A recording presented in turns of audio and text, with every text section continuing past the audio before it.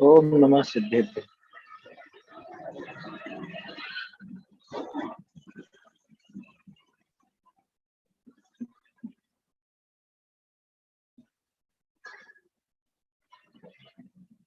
कारुण्यमुक्तारं जिनवरवसहस्रवर्धमानस्य दंसनमग्गमगोच्छामि जहाकम्मं समासेन।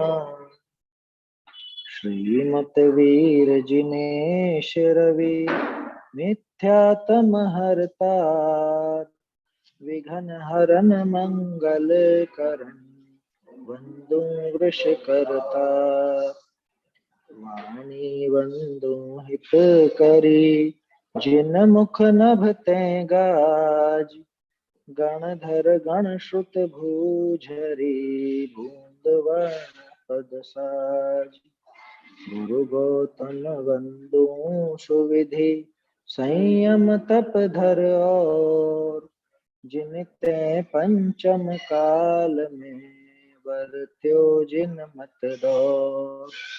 कुंद कुंद मुनि को नमो कुमत ध्वांत हर भान पाहुड़ ग्रंथ रचे जिन्हि प्राकृत वचन मान। प्राकृत वचन महान।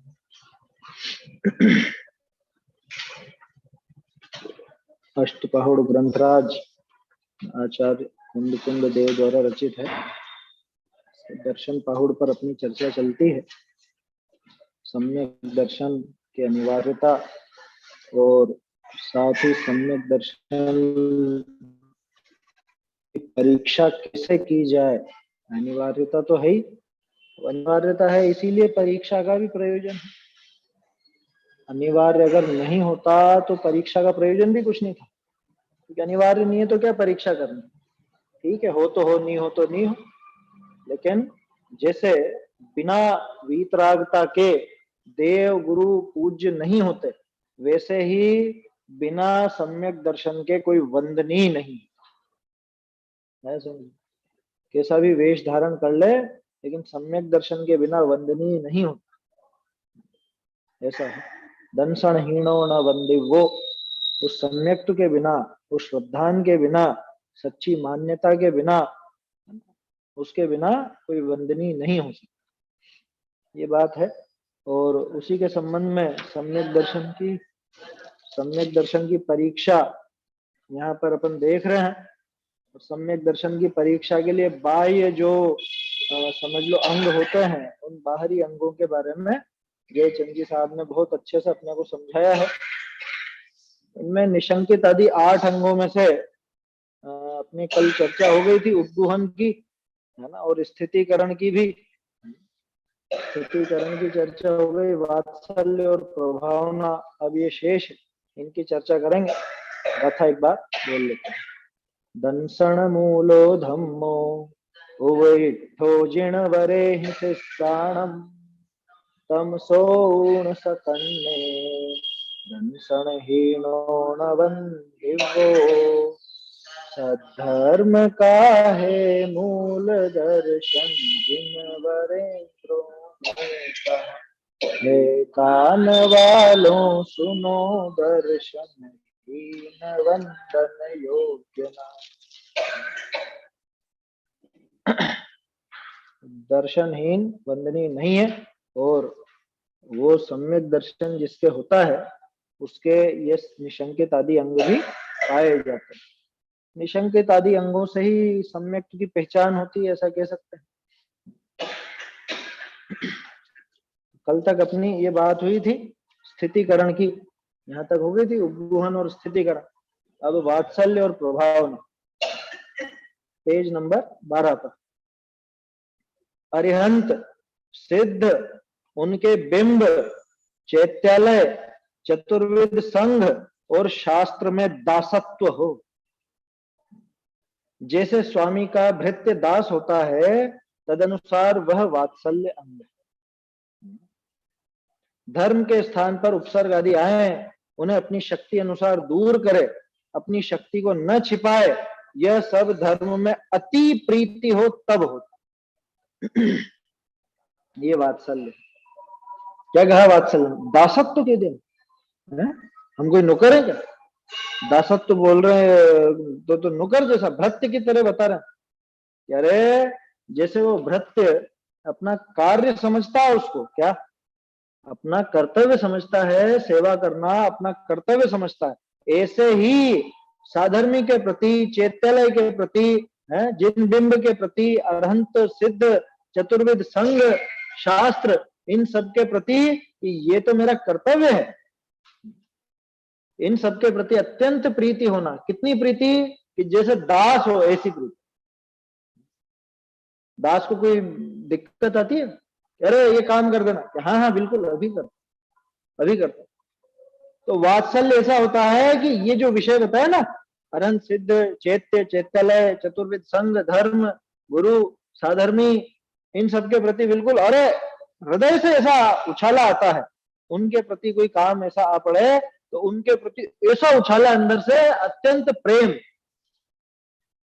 कह रहे साधर्मी की आवश्यकता आन पड़ी है, साधर्मी को आवश्यकता आन पड़ी है, चलो वो कर्तव्य है, समझ में। क्या कहा? जैसे स्वामी का भृत्य दास होता है तदनुसार वह वात्सल्य। थोड़े दिन पहले वो चर्चा की थी ना अपन, वो साधर्मी साधर्मी से मिलता है तो कैसा लगता है? 4 मिले 64 खिले, 2 रहे कर जोड़, ए साधर्मी मिलन को हर्षित 8 करोड़। क्या साधर्मी मिलते हैं तो 4 मिले, ये आंखें चार आंखें, 2 इधर की 2 उधर की, ऐसा। और 64 32 दांत इसके 32 उसके। अब वहां गिनती करने मत बैठना, क्योंकि इसके तो इतने ही है। उसकी कोई जरूरत नहीं है ना। और 2 रहे कर जोड़, दोनों के दोनों बिल्कुल हाथ जोड़ करके ऐसा प्रेम। और ऐसे साधन में मिलन को हर्षित 8 करोड़, 8 करोड़ बताए जाते हैं। रोम वगैरह, क्या शरीर में रोम की संख्या 8 करोड़ बताई जाती है। और किसने तो गिनी, केवली जानते हैं वो तो, अवधि ज्ञानी भी जान लेते हैं। तो ऐसा ऐसा वात्सल्य अंदर से ऐसा उछाला है। जैसे कोई 2 बहुत पुराने मित्र मिले हो ना, क्या बचपन का कोई मित्र मिल जाए, या जो बहुत प्रिय रहा हो अपने को, ऐसा प्रिय मित्र बरसों बाद मिले तो मिलने में कैसा उछाला आता है कि दूर से दौड़ते हुए गले लगा ले। समझ में ही बात? ऐसे साधर्मी के प्रति ऐसा अंदर से उत्साह भाव हो, उछाला हो, उसको कहते हैं वात्सल्य। जमाना उल्टा है, दूसरा भी रूप अपने को देखने को मिलता है, वो नहीं होना चाहिए। उसकी चर्चा करी भी नहीं, इसीलिए अपन करने को तो उपगुहन आदि में भी की जा सकती है। वो दोहा फिर से 2 मिले 64 खिले, कैसा है फिर से? 2 मिले नहीं 4 मिले, 4 मिले 64 खिले, है ना। और 2 रहे कर जोड़, वो तो आप नेट पे भी आप लिखोगे तो मिल जाएगा। 4 मिले 64 खिले, 2 रहे कर जोड़, ये साधर्मी मिलन को हर्षित 8 करोड़। 8 करोड़ या 60 करोड़ जो भी होगा। 60 करोड़ तो क्या होगा? 2 रहे कर जोड़। हाँ 2 लाइन और बोलना, 2 लाइन और। 2 रहे कर जोड़, है ना। ये साधर्मी मिलन को हर्षित 8 करोड़, ऐसा है ये साधर्मी मिलन को। हाँ, साधर्मी के मिलन को या ये साधर्मी मिलन को, जो भी, उसमें तो क्या है, अपने को तो खास चीज ये देखनी है इतना इतना उछाला आता है, ऐसा उत्साह अंदर में आता है। देखिए तो इतना इतना उसके प्रति उत्साह हो, और ऐसा अंदर से ही उसको इस तरह का उत्साह आवे, क्या उसका नाम वात्सल्य है। समझ में आई बात? उसको वात्सल्य कहा जाता है। ऐसा वात्सल्य हो कैसा कि जिसमें दासत्व जैसा काम करना पड़े तो भी उसको कोई शर्म। जैसे उनका आता है ना प्रसंग, दीवान कौन थे, रतनचंद जी अमरचंद जी, वो झाड़ू लगा रहे थे मंदिर का, अमरचंद जी है ना, झाड़ू लगा रहे थे। अब झाड़ू लगाने में शर्म नहीं आई उनको? ये है ये जो लिखा ना यहाँ पे, भृत्य जैसे दास होता उस तरह से, ऐसा अंदर से वात्सल्य कि भृत्य का कार्य करने से भी कोई घबराहट नहीं, उसमें रंच मात्र भी उसको कोई घबराहट नहीं होती। कह रहे ऐसा भी कोई करेगा, अच्छा ये मान लो कोई साधर्मी अकेले रहते हो और बहुत स्थिति खराब हो, स्थिति माना शारीरिक स्थिति बहुत खराब हो, आर्थिक में तो कोई समस्या होती नहीं, सब कर देते हैं सहयोग, शारीरिक स्थिति खराब हो और पलंग पर ही हो और मल मूत्र आदि वहीं पर हो रहे हो, फिर क्या करें? वहां पे देखो कितनी सारी चीजें सधती हैं, इस वात्सल्य के साथ निर्वी चिकित्सा भी सध रहा है। समझ में आ रही है बात? कह रहे ये ऐसा भी कोई काम करेंगे, ये तो नौकरों का काम है। कह रहे साधर्मी किस काम के होते हैं? समझ में आई बात? तो वो सारी सेवा, अरे सोचो मुनिराज का वो समाधि मरण वाला चित्र देखो, ख्याल में रखो, एक के पीछे 48 रहते हैं, है ना, 4-4 की टीम बनी रहती है ना, 48 निर्यापक होते हैं। समाधि मरण का प्रसंग पढ़ा कि नहीं पढ़ा कभी? उसके अंदर आता पूरा विवरण आता है उस तरह।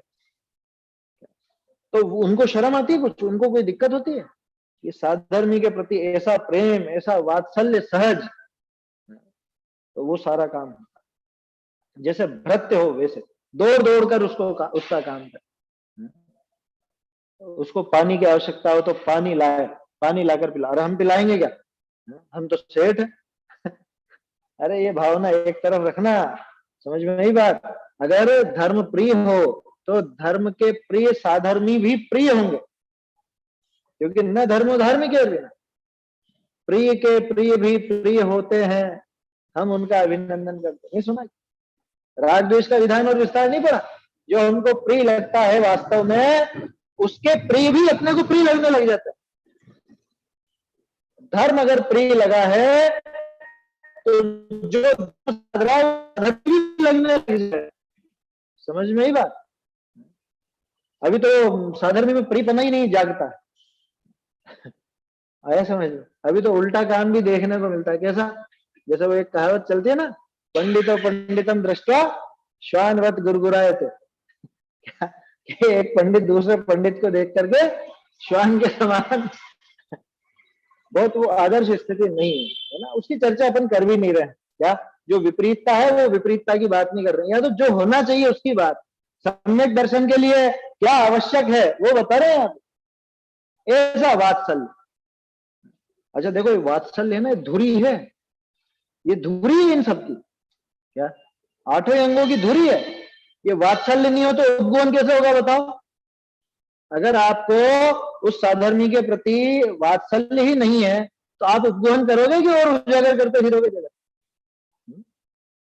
साधर्मी के प्रति वात्सल्य होगा तो उपगमन होगा, साधर्मी के प्रति वात्सल्य होगा तो स्थितिकरण होगा, धर्म के प्रति वात्सल्य होगा तो प्रभावना होगी। बिना वात्सल्य के एक भी संभव नहीं है इनमें। धर्मी सो गो बच्छ प्रीति सम, है ना, गाय को जैसे बछड़े से प्रीति, गो बच्चे प्रीति का उदाहरण क्यों दिया? इसलिए दिया क्योंकि गाय का कोई स्वार्थ नहीं सधता उस बछड़े से। आया समझ में? मनुष्यों का तो स्वार्थ सधता है कि हाँ ये बच्चा बड़ा होगा तो हमको हमारा ध्यान रखेगा, अभी हम इसको पाल रहे पोस रहे हैं, आगे ये हमारा ध्यान रखेगा बुढ़ापे में। वहां तो वो स्वार्थ छिपा हुआ है। गाय का विशेष बताते हैं, गाय वैसे ही सीधा प्राणी है ना, और सीधा प्राणी का मतलब कोई आगे होके ऐसे हिंसा वगैरह का काम गाय के दिखता नहीं है, लेकिन जब अपने बछड़े के ऊपर कोई आक्रमण करे या कुछ ऐसी बात हो तो उससे मरने मारने पर उतर आ जाता है। लेकिन गाय पास में ही रहती है ना, सबको मालूम है, हिरण का किसने देखा? इसलिए गाय का ही प्रसिद्ध है उदाहरण, प्रचलन में है। तो गाय उसको पाल पोस कर बड़ा करती है, उससे उसका कोई प्रयोजन नहीं सधता। एक समय ऐसा भी आए कि वो बछड़ा बड़ा होकर के जब वो सांड बन जाए, बैल बन जाए, और समझ लो कि एक रोटी डाली गई तो गाय को सींग मार के भगा दे, खुद खा जाए उसकी माँ को।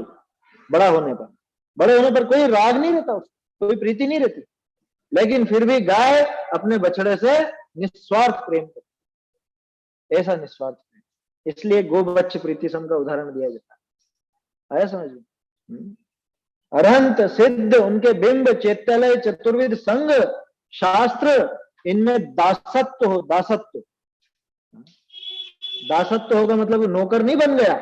दासत्व होगा मतलब कि जैसे स्वामी का भृत्य दास होता है तदनुसार वैसा बिल्कुल एकदम निस्वार्थ होकर के, और उसमें कोई हीनता महसूस ना करे, उसमें कोई ऐसी वो महसूस नहीं करे अरे ये कोई हमारा काम है क्या, मंदिर में कोई झाड़ू पोंछा हम लगाएंगे क्या, है? ऐसा नहीं करे। उनकी आज्ञा हमेशा श्रद्धार्य करें। वो तो हाँ, वो तो आएगा ही आएगा, वो पहले आएगा, सही है।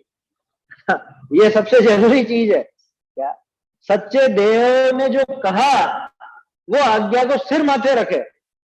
पहला दासत्व तो ये चाहिए, तब जाके वात्सल्य बनता है, उनके प्रति वात्सल्य।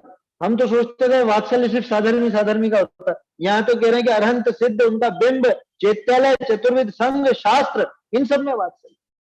धर्म और धर्मी, सीधी सी बात, धर्म के प्रति और धर्मियों के प्रति, जिन्होंने उस धर्म को बताया उनके प्रति भी, जिन्होंने उस धर्म को धारण किया उनके प्रति भी, उस धर्म मार्ग में आगे लगने वालों के प्रति भी, और जिन्होंने उस धर्म की पूर्णता प्रकट कर ली उनके प्रति, सबके प्रति अत्यंत प्रीति भाव, उसका नाम वात्सल्य। ऐसा प्रीति भाव कि वो दासत्व जैसा।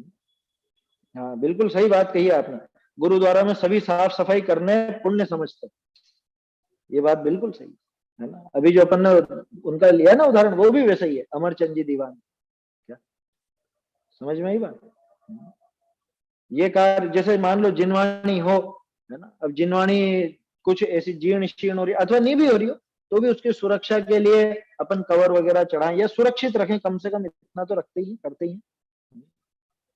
या फिर नौकर से कहते अरे ये कवर चढ़ाना भैया, ये कवर लो और ये सब चढ़ा दो, ऐसा करें नहीं, खुद अपने हाथ से। अरे याद कीजिए, है ना, विश्व सुंदरी भी हो ना, विश्व सुंदरी भी तो भी अपने बच्चे की साफ सफाई वो खुद करती है। उसके बच्चा पैदा हुआ हो तो उसके जो मल मूत्र आदि है वो कौन साफ करे, कह रहे उनके तो सब नौकर लगे रहते होंगे। अरे भले लगे रहते हो लेकिन उसमें उसको शर्म आएगी, कह रहे मैं तो विश्व सुंदरी हूं, या मैं तो बहुत बड़ी सेठानी हूं, या मैं तो ऐसा हूं, मैं कैसे करूं, उसको शर्म आएगी क्या? उसको कोई शर्म नहीं आएगी। अपने बच्चे की साफ सफाई में, अपने बच्चे को सुरक्षित रखने में, उसके प्रति जो भी काम उसका करना है उसमें उसको शर्म लगती है क्या? नहीं लगती। इसलिए कहा है दासत्व जैसा, है ना, जैसे दास होता है, दास को कार्य करने में कोई शर्म नहीं होती, जैसा वो मालिक बोले वैसे दौड़ दौड़ करके करता है प्रीति से, वैसा भृत्य दास होता है, तदनुसार वह वात्सल्य अंग है, ऐसा। तो कोई नौकर बनने की नहीं कह रहे हैं, लेकिन यहां तो इतनी बात है कि उनके प्रति जो भी कार्य हो अत्यंत प्रीतिपूर्वक, अत्यंत प्रीतिपूर्वक हो, चाहे सच्चे देव का हो, चाहे शास्त्र का हो, चाहे सच्चे गुरु का हो, चाहे साधर्मी का हो, चतुर्विद संघ का हो, धर्म के प्रति हो।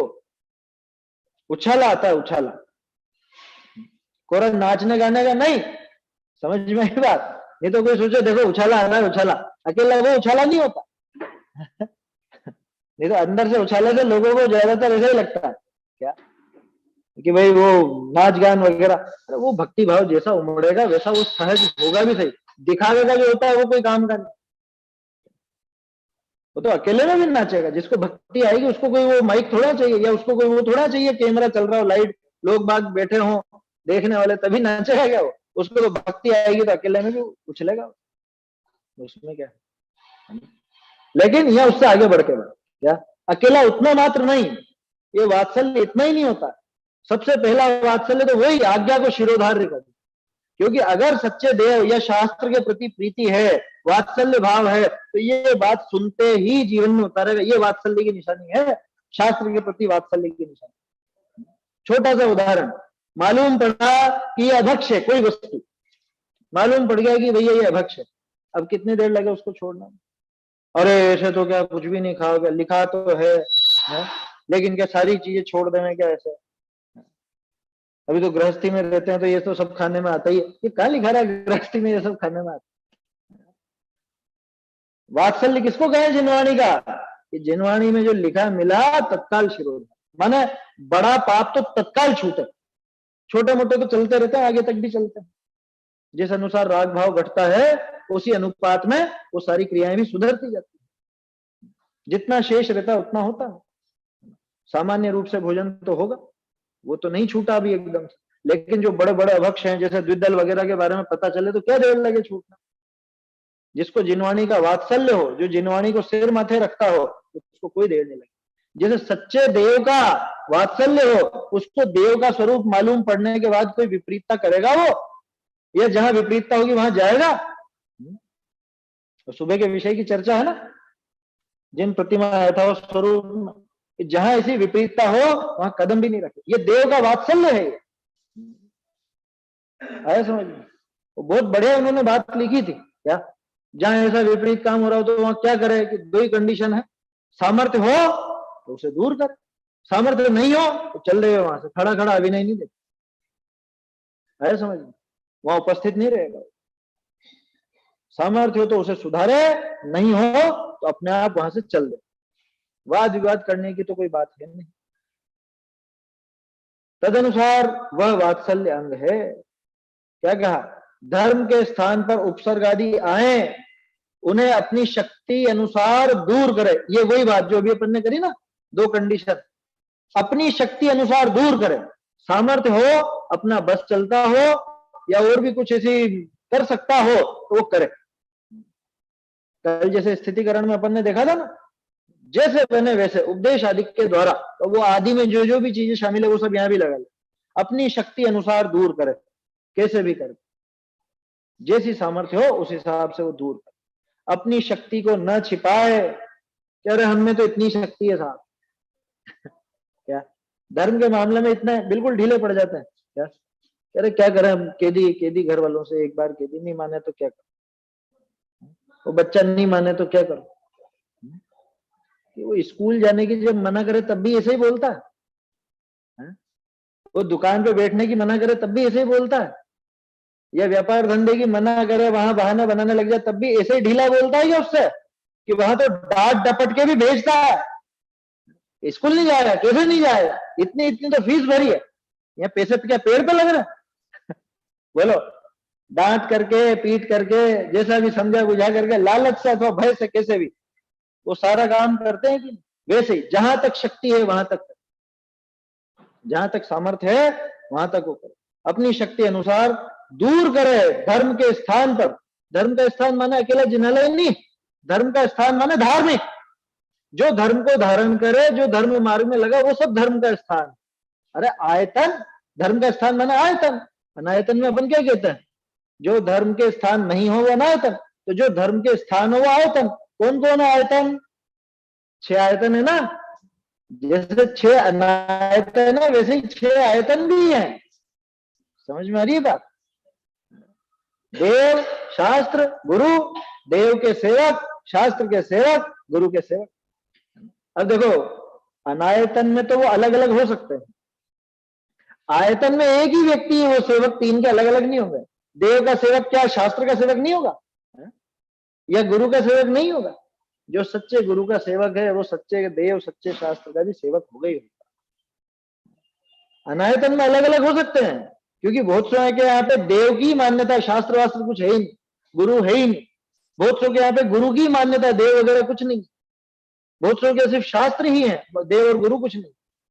अन्य मतियों में अपने यहाँ तो देव शास्त्र गुरु का जोड़ा चलता है। जो देव का भक्त है वो शास्त्र और गुरु का भी भक्त, जो शास्त्र का भक्त है वो देव और गुरु का भी भक्त है, इसलिए वो 6 नाम नहीं आता आयतन।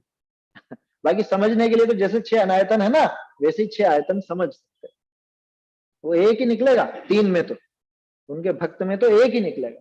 बाकी देव गुरु और शास्त्र इनमें अपन अलग अलग भेद कर ही देते हैं, ऐसा समझ में ही बात। तो उनमें ये है धर्म के स्थान, लिखा ना, धर्म के स्थान पर कौन कौन, देव पर, शास्त्र पर, गुरु पर उपसर्ग आदि आए तो उन्हें अपनी शक्ति के अनुसार दूर, और इनके सेवक पर माने साधर्मी पर। ऐसा हो गया ना, 4 हो गया ना अगर मोटे तौर पर देखें तो। धर्म आत्मानुशासन में आया था ना, मिथ्या दर्शन, मिथ्या ज्ञान और मिथ्या चारित्र तथा इनके धारक जीव, इस प्रकार 6 अनायतन होती है।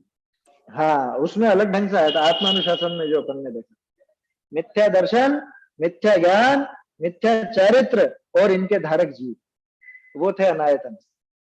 अब इसका उल्टा कर दो, सम्यक दर्शन, सम्यक ज्ञान, सम्यक चारित्र और इनके धारक जीव, ये आयतन। हालांकि यहाँ पे तो अपने को धर्म के स्थान में ऐसी चीज लेना जिस पर उपसर्ग आवे, तो उपसर्ग आने वाली चीज जैसे देव हैं, शास्त्र हैं, गुरु हैं और उनके भक्त हैं, साधर्मी है, ऐसा। तो इन पर जब उपसर्ग आए तो उन्हें अपनी शक्ति अनुसार दूर करे, अपनी शक्ति अनुसार जितनी सामर्थ्य हो। वहां पे शक्ति को नहीं खो देवे। टोडरमल जी ने लिखा ना कि और तो जगत का सारा पुरुषार्थ करता है, यहाँ पुरुषार्थ खो बैठा है। तो यहाँ पुरुषार्थ खो न बैठे, है समझ। अपनी शक्ति अनुसार दूर करे। जैसे जीवराज जी पापड़ीवाल का किस्सा पहले भी अपन ने किया, 500 साल पहले, 500 550 साल पहले राजा ने वो मंदिर ध्वस्त कर दिया, प्रतिमा खंडित कर दी। अब राजा का क्या बिगाड़ लगे, वहां तो सामर्थ्य भी नहीं, वहां वास्तव में सामर्थ्य नहीं, राजा का क्या बिगाड़ सकता। अंदर से प्रतिज्ञा की, क्या 1 लाख प्रतिमाएं विराजमान कर, और जगह जगह वो जो पुरानी प्रतिमाएं मिलती है ना, संवत 1537 के आसपास की, इस साइज की ज्यादातर, संवत 1537, वो सब जीवराज पापड़ीवाल की। हाँ, 1537 से 1538 एक जैसे आकार मिलेगा उन सब, अधिकांश मंदिरों में मिलेंगी ही मिलेगी। जहां पे भी आपको ये 500-600 साल पुरानी प्रतिमाएं मिलेंगी, ये प्रतिमाएं जरूर मिलेंगी, इतना विराजमान करा। ये भी पद्धति है। हालांकि वो चीज प्रभावना में शामिल हो गई है ना, वो प्रभावना में शामिल हो गई वो चीज तो जो विराजमान कराना हुआ। बाकी अपनी शक्ति अनुसार दूर करे, अपनी शक्ति को न छिपाए, बिल्कुल भी न छिपाए।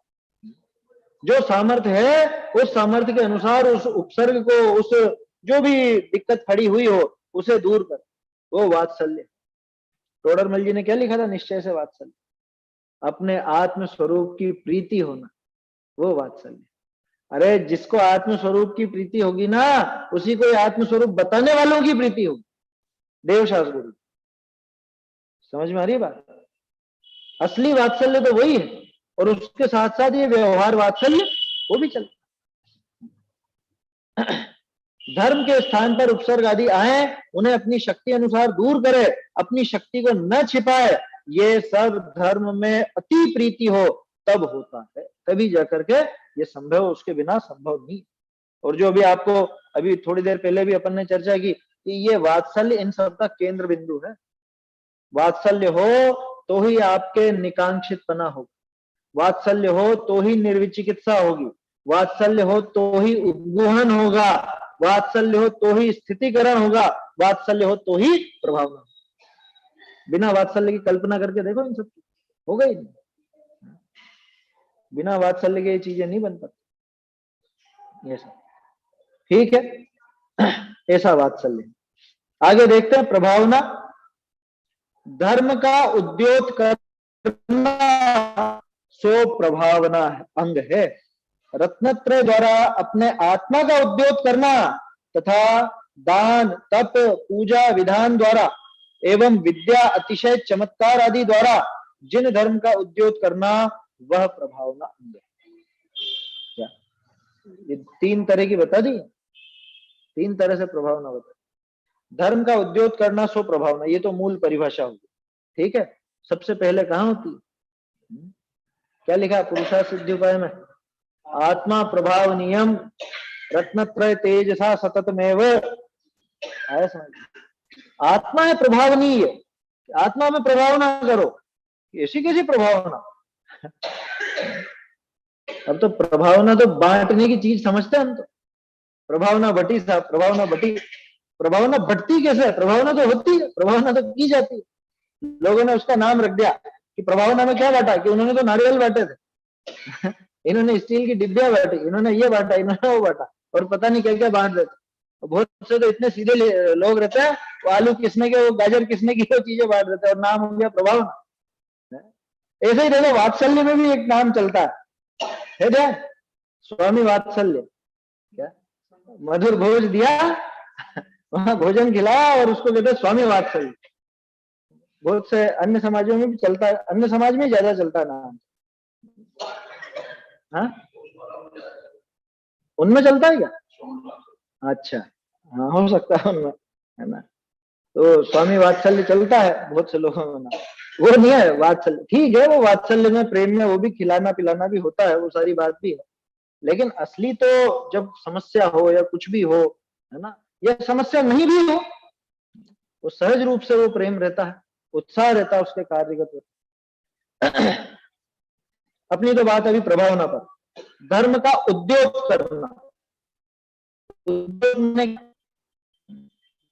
उसको प्रकाशित करना, सामने लाना, बढ़ाना, फैलाना, इसको बोलते हैं उद्योग करना। जैसे लाइट का बटन जलाते उद्योग होता, प्रकाश फैलता है, ऐसा फैलता है। उद्योग हुआ माने आपको पता चला कि हाँ ये लाइट, ये सब चीजें नजर आने लगी, ये होता है उद्योग। ऐसे धर्म का उद्योग कि धर्म जगत में फैले, ऐसे समझ में, वो फैले, उसका नाम ऊंचा हो, नाम रोशन करना, उसको बोलते हैं उद्योग करना। सबसे पहले कहाँ होता है? सबसे पहले आत्मा में। अच्छा, सबसे ज्यादा प्रभावना करने वाला कार्य कौन सा? बाहरी कार्य की भी बात करें तो है? अच्छा चलो वो छोड़ो, कौन करता है सबसे ज्यादा प्रभाव? तीर्थंकरों के बाद मुनिराज, है ना, मुनिराज करते हैं। कह रहे हम तो सोचते हैं कि हम करते हैं सबसे ज्यादा प्रभाव, हम तरह तरह के आयोजन करते हैं, हम तरह तरह के निर्माण करते हैं, तो प्रभावना। मुनिराज तो कुछ भी नहीं कर रहे हैं, ना कोई आयोजन, ना कोई निर्माण, वो कैसी प्रभावना करते हैं? कि मुनिराज कुछ बोले भी नहीं तो भी वो समस्त श्रावकों को मिला लो तो उनसे अनंत गुनी प्रभावना। क्यों? क्योंकि उनको देख देख करके लोग सम्यक दर्शन ले लेते, उनका स्वरूप देख करके। समझ में ही बात? तो सबसे पहली प्रभावना कौन सी, सबसे खास प्रभावना कौन सी? आत्मा में रत्नत्रय की स्थापना, आत्मा में रत्नत्रय भाव प्रकट हो, वो असली प्रभावना है। वो मुनिराज ने कही, इसीलिए सबसे बड़ी प्रभावना करने वाला उनको कहा। फलतः बाहर में भी कुछ ऐसे कार्य देखे जाते हैं जो भूमिका के अनुसार होते हैं, है ना। मुनिराज की जैसी भूमिका हो तो बाहर में वैसी बाहर में वैसी प्रभावना उनसे भी देखी जाती है। जैसे कुंदकुंदाचार्य ने 84 पाहुड़ लिख दिए, उन्होंने 84 पाहुड़ लिखे, ये प्रभावना की। समंत भद्राचार्य ने जगह जगह वाद विवाद में जैन दर्शन का नाम ऊंचा किया। अकलंक देव ने न्याय ग्रंथों की रचना करके जैन दर्शन का नाम ऊंचा किया। ये सब प्रभावना ही तो, और क्या है ये प्रभावना। ये उनकी भूमिका के लायक था। श्रावक क्या करता है? कि श्रावक जिनालय का निर्माण कराता है। जैसे जीवराज पापड़ेवाल की बात करी अपन ने, उन्होंने प्रतिमा स्थापित करे, विराजमान करे, शिविर लगाए, पंच कल्याण कराए, या समझ लीजिए कोई विधान वगैरह कराया, बच्चों की कक्षा लगाई। ये सब चीजें क्या है? ये प्रभावना है, ये बाहरी, है ना। लेकिन इस सबसे टॉप की कौन सी? सबसे टॉप की तो रत्न। भाई प्रभावना शब्द को समझो, प्रभावना भू धातु से बना है ना, प्रकृष्ट रूप से होना, प्रकृष्ट रूप से उस रूप होना, उसको बोलते प्रभावना। यही बनेगा ना अर्थ, है? प्रकृष्ट रूप से होना, कहाँ होना, क्या होना? ये सबसे पहले तो स्वयं में, वो असली प्रभावना। और उसी के साथ साथ बाहर में भी वो चलती, बाहर में शुभ भावों के अनुसार निर्दोष जैसी कही गई है, उस अनुरूप बाहरी प्रभावना भी होती है, वो चीजें भी है। धर्म का उद्योग करना स्व प्रभावना अंग। उन सबसे कुल मिला के जिससे धर्म बढ़े, धर्म फैले, अन्य लोगों को धर्म सच्चा लगे कि जैन धर्म ही सत्य है, ऐसा महसूस हो, ऐसा स्वीकार हो, उसका नाम प्रभाव है। धर्म का उद्योग करना स्व प्रभावना अंग है। रत्नत्रय द्वारा अपने आत्मा का उद्योग करना, आत्मा ही प्रकाशित हुआ उसमें। कहां पे प्रकाशित हो गया? आत्मा में ही। आत्मा में ही प्रकाशित हो गया, ये सबसे बड़ी प्रभाव। और ये कार्य मुनिराज ने किया, भगवान ने किया। कल्पना करो ये मुख्य कार्य, इसको छोड़ करके बाकी सारे काम करते रहते, तो क्या केवली वो प्रभावना कर पाते जो करी उन्होंने? तीर्थंकरों ने जितनी प्रभावना की, सबसे ज्यादा तीर्थंकर को कहा ना अपन ने, तीर्थंकरों के से ही सबसे ज्यादा प्रभावना होती। तो तीर्थंकर वो प्रभावना कर पाते अगर वो ये रत्नत्रय की प्रभावना नहीं करते। समझ में आ रही है बात? उनमें तो सामर्थ्य भी थी, वो चाहे जो आयोजन कर सकते थे, चाहे जैसा निर्माण कर सकते थे, कुछ भी कर सकते थे, हर प्रकार का कार्य। अगर उन कामों में अटकते तो वास्तव में वो केवल ज्ञान या वो जो हितोपदेश हुआ, जो धर्मोपदेश हुआ, वो प्रभावना नहीं हो सकती। तो सबसे बड़ी प्रभावना वास्तव में आत्मा में, अपने आत्मा का ही उद्योग कर, रत्नत्रय का उद्योग। ठीक है, ये निश्चय प्रभावना। टोडरमल जी ने भी यही लिखा और अपने अमृत चंद्राचार्य ने भी यही लिखा। और व्यवहार से कि उसके साथ में जो शुभ भाव आता है, तद अनुसार उस धर्म की ध्वजा फहराने का, धर्म को आगे बढ़ाने का, उसकी जगत में ख्याति हो, जगत में प्रसिद्धि हो, लोग उसको सत्य स्वीकार करें, ऐसा भाव सहज में आता है। शुभ भाव होता है ना, वो भी जहां तक वैसी भूमिका तब तक वो भी आता है। तो वो सारी चीजें पंडित श्री ने लिखा है कि स्वरूप की व जिन धर्म की महिमा प्रकट करना स्वप्रभाव। हाँ, स्वरूप की व जिन धर्म की महिमा प्रकट करना, उसका नाम प्रभाव है ना। पेज नंबर, आखिरी पेज है, मोक्ष प्रकाश, 9वां अधिकार। स्वरूप की व जिन धर्म की 338। स्वरूप की व जिन धर्म की, दोनों ही बातें आ गई। रत्नत्रयी की भी आ गई और जिन धर्म की कैसे होगी, बाहर में अन्य रूप से भी होगी। वो बाहरी जो शुभ भाव के अनुसार बाहरी क्रियाएं बनती हैं, उनके उनसे भी वो प्रभावना होती है। देखो अब कैसे कैसे होती है वो बता रहे। रत्नत्रय द्वारा अपने आत्मा का उद्योग करना, ये तो हो गई निश्चय प्रभावना। व्यवहार प्रभावना, दान, दान दे करके भी होती है। दान देते हैं और उसके बाद वो दान काय के लिए दिया गया, वो दान जिस कार्य के लिए दिया गया वो कार्य होता है तो लोग बाग देखते हैं, और जैन धर्म की ऐसी महिमा, ऐसा प्रभाव, वो प्रभाव दिखाया जाए, वो भी पद्धति। तप बोलो, मुनिराज के तप से नहीं होती प्रभावना। आज सबको महिमा आती है कि नहीं, बाहुबली का तप 1 वर्ष तक ऐसे कैसे खड़े रहे, क्या किया, तो हिले डुले, कुछ भी नहीं बोला, नहीं, कैसे प्रभावना की।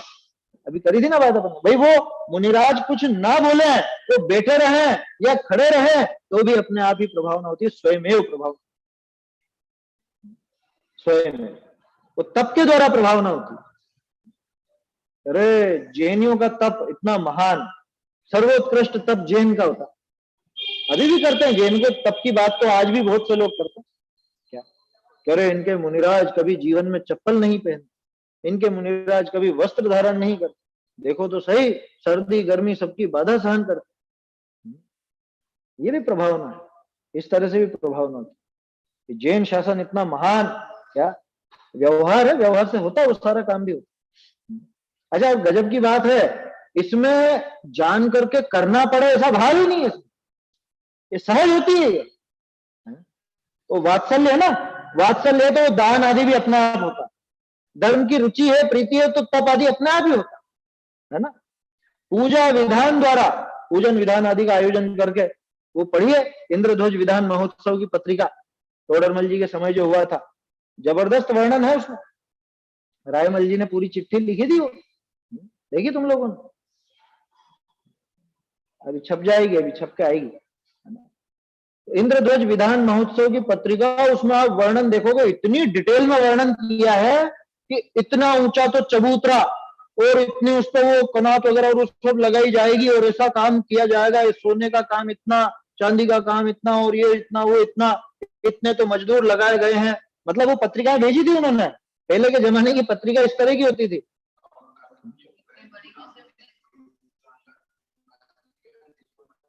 क्या चीज,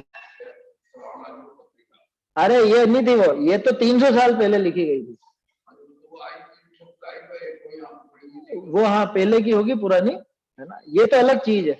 ये तो कम से कम 15-20 पेज की होगी ये पत्रिका, एक अकेले एक कागज की नहीं है ये। इंद्रध्वज विधान महोत्सव पत्रिका और जीवन पत्रिका, ये रायमल जी की 2 पत्रिकाएं। जीवन पत्रिका में उन्होंने खुद के जीवन का वर्णन किया, उसमें टोडरमल जी के बारे में भी कथन मिलता। वहीं पे मालूम पड़ती है कि टोडरमल जी की 47 वर्ष की आयु में मृत्यु हुई, उन्हीं की पत्रिका से सिद्ध होता है समझ में। और छोटे से थे जब उन्होंने 3 तरह के वो त्याग कर दिए थे, वो सारा वर्णन उसके अंदर है, अभी वो विषय नहीं है अपना, बाकी देखना चाहिए। तो वो जो इंद्रध्वज विधान महोत्सव की पत्रिका में बता रहा था आपको, उसके अंदर बहुत डिटेल में उन्होंने वर्णन किया। और एक वो यंत्र चालित रथ बनाया गया उस जमाने में, सोचो क्या उस जमाने में ऐसा बनाया गया है, वो सारा वर्णन है उसमें। कल का, कल माने कल पुर्जे मशीन, कल माने मशीन है ना, कल बोलते हैं ना मशीन को, तो एक मशीनी रथ बनाया गया। माने उस टाइम पे भी उन्होंने कितना दम मारा होगा, सोचो तो सही, कितना उन्होंने ये मेहनत करी होगी ये सारा काम करने के लिए, कितना जोर लगाया होगा। टोडरमल जी की तो प्रशंसा थी सही, यहाँ आओ, यहाँ टोडरमल जी से भी मिलना होगा, यासु मिले सर्व संदेह दूर होए है, क्या महाज्ञान के धारी, ऐसे टोडरमल जी यहाँ विराजते हैं, आकर के अपने सारे संदेहों का निवारण कर। ये भी प्रभावना है क्या, उनके नाम से प्रभावना होती। आपको ध्यान हो, पहले शिविरों की पत्रिकाएं आती थी ना, तो उसमें जैसे ऊपर लिखता था आदरणीय बाबू जुगल किशोर जी युगल भी पधार रहे, वो एक लाइन ही उसमें वो अपने आप ही बहुत बड़ा एडवर्टाइजमेंट हो जाता, नाम से ही लोग बाग आ जाते थे ऐसा। तो ऐसे पूजा विधान द्वारा, पूजन विधान आदि के द्वारा भी होती, बड़े बड़े विधान के आयोजन होते हैं, पूजन आदि के आयोजन होते हैं, उनसे भी प्रभावना होती है। एवं अब एक और तीसरे तरह की, ये तो एक जो अपने समझ लो जो नियमित कार्य हैं धर्म के वो थे, अब कुछ अलग ढंग की भी होती, कोई विद्या के द्वारा। वो विद्या कैसी, विद्या से कैसे प्रभावना हुई? अरे वो अंजन चोर उस विद्या के चक्कर में तो आया था, है? नहीं आया था? हालांकि सेठ ने उसको नहीं बताई थी, सेठ से तो दूसरा सेठ ने जानी, और वो दूसरा सेठ घबरा रहा था, है? उसको पीछे हटा करके अंजन चोर ने शादी की, उससे भी तो प्रभावना होती है। अरे देखो जैन धर्म का अतिशय ऐसा कि विद्या ऐसे सिद्ध हो जाती। रावण सारी विद्याएं कहां साधता था? शांतिनाथ जी के जिनालय। शांतिनाथ जी का परम भक्त था रावण, पढ़िए पद्म पुराण पढ़िए, वहां बैठ करके उनकी भक्ति करता था और ऐसा लीन होता था भक्ति में। उसके लिए क्या लिखा, अगर इसको मान कषाय ना होता, अगर ये इसका समझ लो कुछ ऐसी गड़बड़ नहीं करता तो इसी भाव से मोक्ष जाता। इतनी तीव्र ध्यान था उसका, ऐसा बिल्कुल समझ लो इतना ध्यान में लीन हो जाता था कि अगर आत्मा का ध्यान ये कर ले इस समय तो मोक्ष हो। ऐसा लिखा है। तो विद्याएं साधता था वो कि अरे जैन धर्म का प्रताप ऐसा है कि तरह तरह की विद्याएं भी साधती हैं, अथवा जिसके पास जो विद्याएं हो तो विद्याओं से कुछ चमत्कार आदि दिखा करके जैन धर्म की महिमा प्रकट करता है। अरे ये क्या है, ये जो इंद्र समोसरण की रचना कर रहा है ये क्या है? ये उसकी वो विद्या से ही तो पूरा प्रभावना हो रही है ना। इतना मतलब इतना जबरदस्त है, ऐसा निर्माण कौन कर सकता है पूरे विश्व में? हाँ ऐरावत हाथी देखो, लोगों को पचता नहीं उसका आकार, ऐसा ऐसा ऐरावत, ऐसा ऐरावत है। वो जैनियों के तीर्थंकर को लेना था, जैन धर्म की ऐसी है? उससे भी धर्म की महिमा प्रकट हुई। विद्या अतिशय चमत्कार आदि द्वारा जिन धर्म का उद्योग करना। हालांकि ये जो आखिर में कहा ना विद्या अतिशय चमत्कार, ये थोड़ा सा हल्का पड़ जाता है। क्यों? क्योंकि जब वो अतिशय चमत्कार नहीं दिखेगा तो फिर वो अतिशय चमत्कार से जो खींचे आए हैं वो भाग जाएंगे वापस। अरे ऐसा तो उनके ही हो रहा। हालांकि ये भी है, होता है, करते हैं, इससे भी प्रभावना होती है, लेकिन ये इतनी बलशाली नहीं है। ये प्रभावना असली मतलब विशेष नहीं। किनके साथ होती है ना? होते हैं, इनके साथ हो, अकेली हो तो भी हो जाएगी, लेकिन उसमें दम नहीं है। खास बात यह याद रखो, समंत भद्राचार्य ने क्या कहा, देवागम नभोयान चामरादि विभूते, ये तो मायावियों के भी देखे जाते हैं, इसलिए थोड़े ना नमस्कार करेंगे प्रभु हम।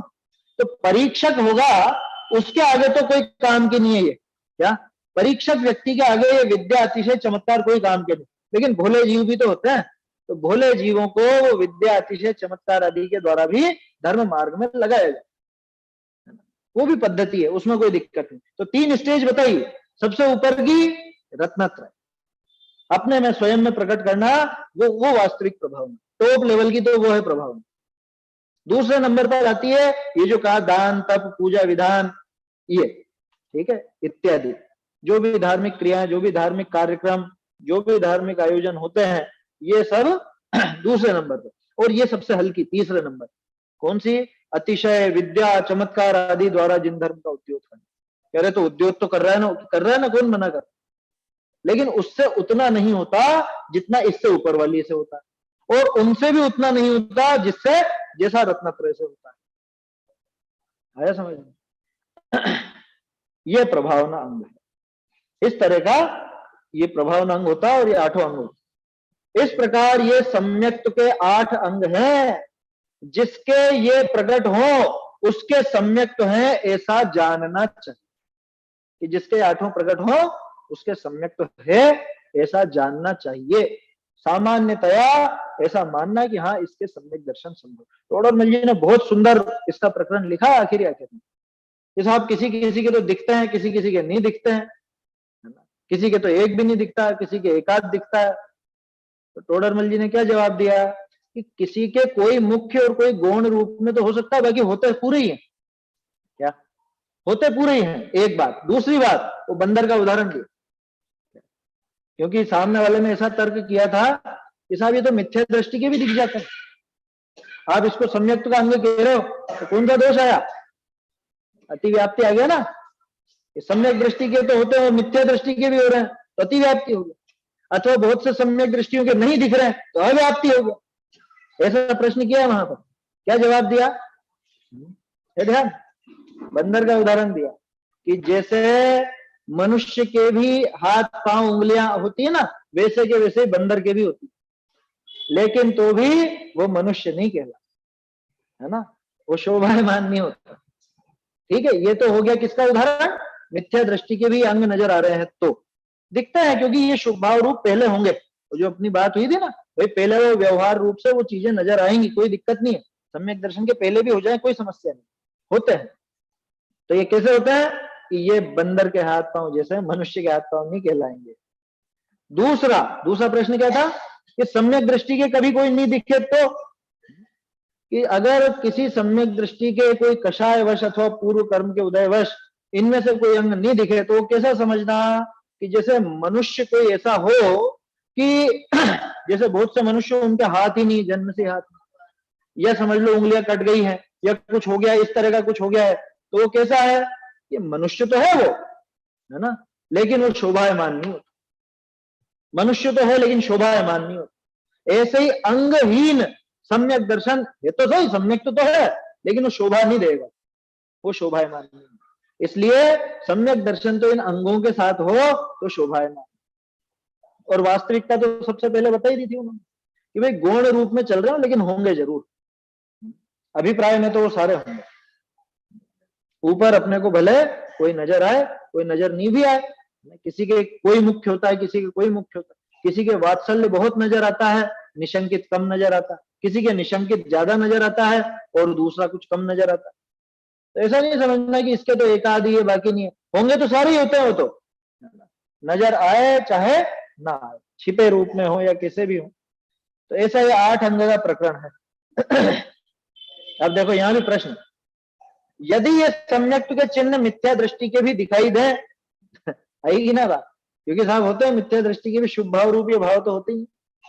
यदि ये सम्यक्त्व के चिन्ह मिथ्या दृष्टि के भी दिखाई दे तो सम्यक मिथ्या का विभाग कैसे होगा? हम कैसे पहचानेंगे? फिर तो चक्कर पड़ जाएगा। सम्यक दृष्टि के भी आप बता रहे हो और मिथ्या दृष्टि के भी शुभ भाव रूप ये बता रहे हो, तो और पहचान चिन्ह तो यही है। अंदर का सम्यक तो किसी ने देखा नहीं। सम्यक दर्शन तो वास्तव में अंदर में है ना, जिसका वर्णन शुरू में किया था इन्होंने कि वो तो वास्तव में जीव के श्रद्धा गुण की सम्यक पर्याय है। तो वो तो अंदर है, वो तो केवल ज्ञानी ने देखी है। हम तो बाहरी चिन्हों से पकड़ते हैं। और अब आप कह रहे हो कि मिथ्या दृष्टि के भी होते हैं, सम्यक दृष्टि के भी होते हैं, तो अब कैसे विभाग करें? फिर अब क्या चिन्ह के भी कोई चिन्ह आएंगे क्या? इसका उत्तर अपन कल देखेंगे, है ना। अभी तो समय हो गया है, 8 अंगों की चर्चा हो गई, वैसे प्रश्न बचता है, इसके बाद अपनी दूसरी गाथा पूरी हो जाएगी, कल देखेंगे। चैतन्य का स्मरण प्रतिक्षण ही करो रे, भव के अनंत दुख को क्षण में हरो रे, अक्षय अनंत निज सौख्य निधान पाओ, गाओ अरे नित्य इसी के गीत गाओ।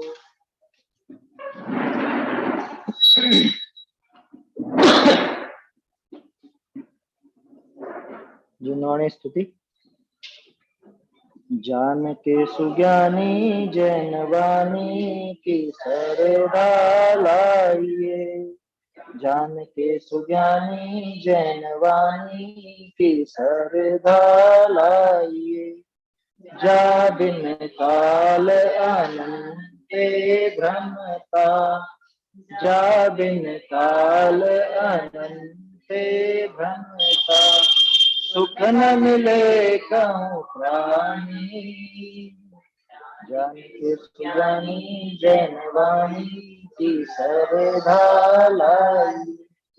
स्वपर विवेक अखंड मिलत है, स्वपर विवेक अखंड मिलत है।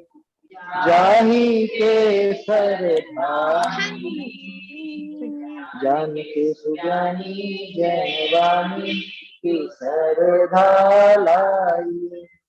अखिल प्रमाण सिद्ध अविरोधत, अखिल प्रमाण सिद्ध अविरोधत।